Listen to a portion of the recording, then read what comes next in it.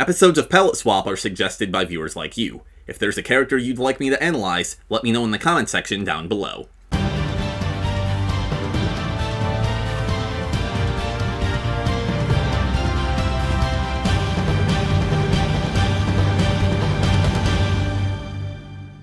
Good morrow everyone, Silvershire here, and welcome back to Palette Swap, where I rank the costumes and character designs of your favorite fighting games. And by your favorite fighting games, I mean my favorite fighting games, and by my favorite fighting games, I mean Soulcalibur.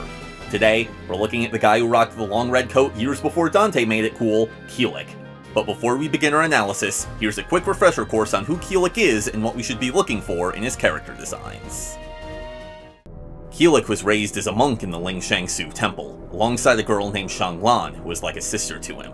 Due to their martial and spiritual prowess, they were chosen to inherit two of the temple's three sacred treasures. Kilik received Kali Yuga, a staff that can absorb evil energy, and Shanglan received, oh boy, Devapra Yuga, a crystalline mirror that can repel evil energy. Meanwhile, a couple continents away, the cursed sword Soul Edge unleashed the evil seed upon the world.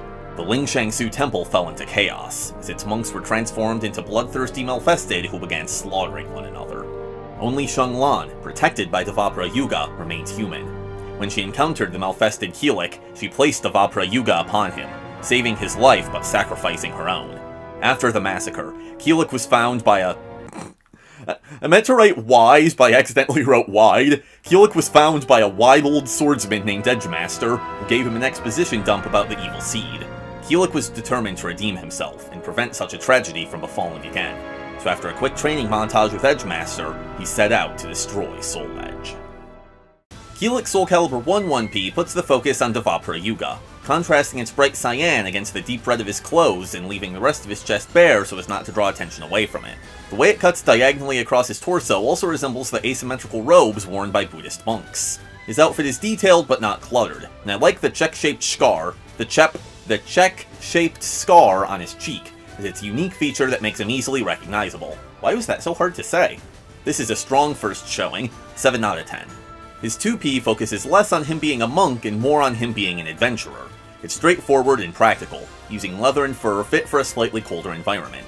The complementary yellow and purple color scheme is eye-catching and rather unique within the context of Soulcalibur, and the blue accents add further variety. Considering how important it is to his story, I wish Devapra Yuga was incorporated into this design as well. They could have wrapped it around his waist or something if they didn't want it to be exactly the same as his 1P. Also, his silhouette is kinda boring. He could do with some sort of accessory to spice it up a bit. 5 out of 10. His Soulcalibur II 1P is pretty simple. Devapra Yuga shattered at the end of the last game, leaving him with only a small crystal shard that he now wears as a necklace. His coat is the star of the show, featuring elaborate gold designs and showing some wear and tear at the bottom. Unfortunately, the rest of his outfit leaves something to be desired. His bracers, pants, and boots are fine, but there's nothing eye-catching about them.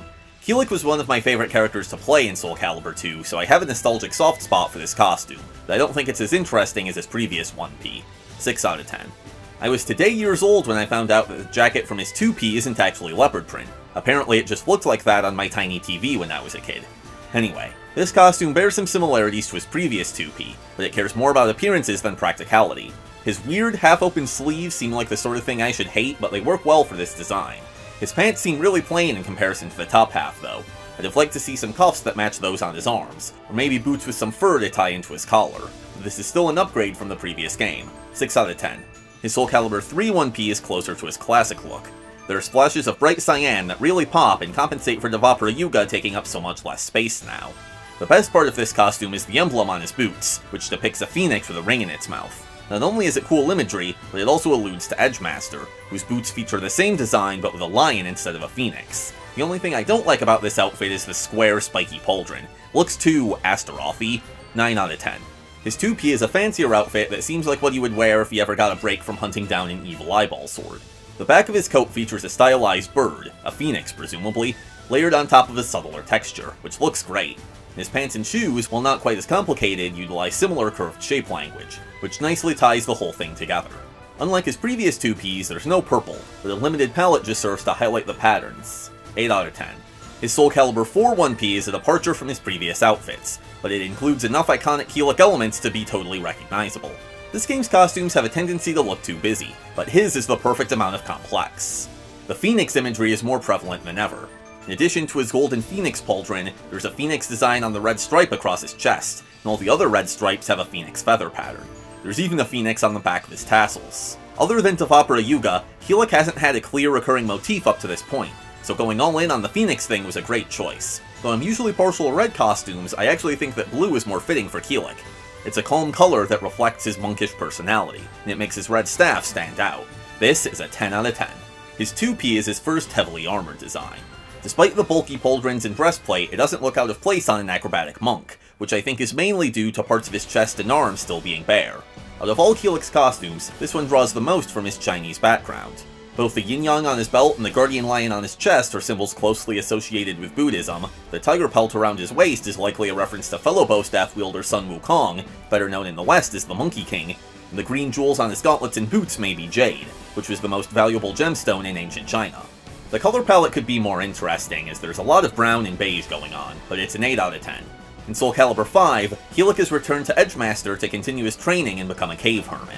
The bottom half of this costume is identical to his Soulcalibur IV 1P, but his top half is now decked out in elaborate gold armor and an awesome phoenix mask. This is his only 1P that doesn't feature Devapara Yuga, because he gave it to his girlfriend Shenghua before he left to buy milk and never came back. Based solely on aesthetics, I love this design, but in context, there are a couple of issues with it. The first is that Soulcalibur V takes place after a 17-year time skip and Kilik hasn't aged a day.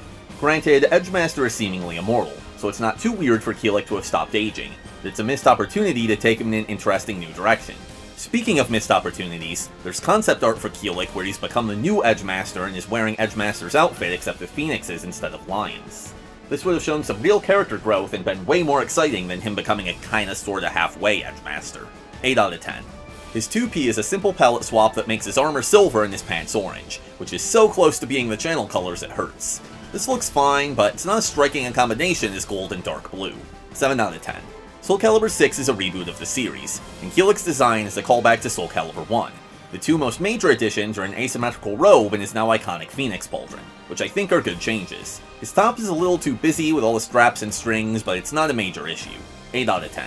This game also gives Kilik the ability to temporarily transform into a Malfested, which gives him glowing pink tattoos and long, wild hair that seems to move as if underwater. This is a super cool take on an evil Kilik that resembles other Malfested but has its own unique flavor. 9 out of 10. Soulcalibur VI doesn't have any alternate costumes, but it does have alternate colors. His color 2 is yellow. I don't have much to say about it, but it works well. 8 out of 10. His color 3 is blue and changes his silver armor to gold, referencing his Soulcalibur 4 and 5 1Ps. Unfortunately, it leaves the existing blue accents unchanged, so his palette is way less varied. 7 out of 10. Lastly, his color 4 is black and white, which I like to think is a reference to the yin-yang. It looks sharp, but I need to dock some points because his hair doesn't stay white when he goes into Malfested form. 8 out of 10. And with that, we have ranked every single Kilik costume. They may not be the flashiest, but they're consistently well designed. Well, that's just my opinion, so what do you think? Let me know in the comment section down below if you agree or disagree with any of my rankings. Also, let me know which character you'd like to see next. For episode 14, we'll be discussing 2 Tekken characters.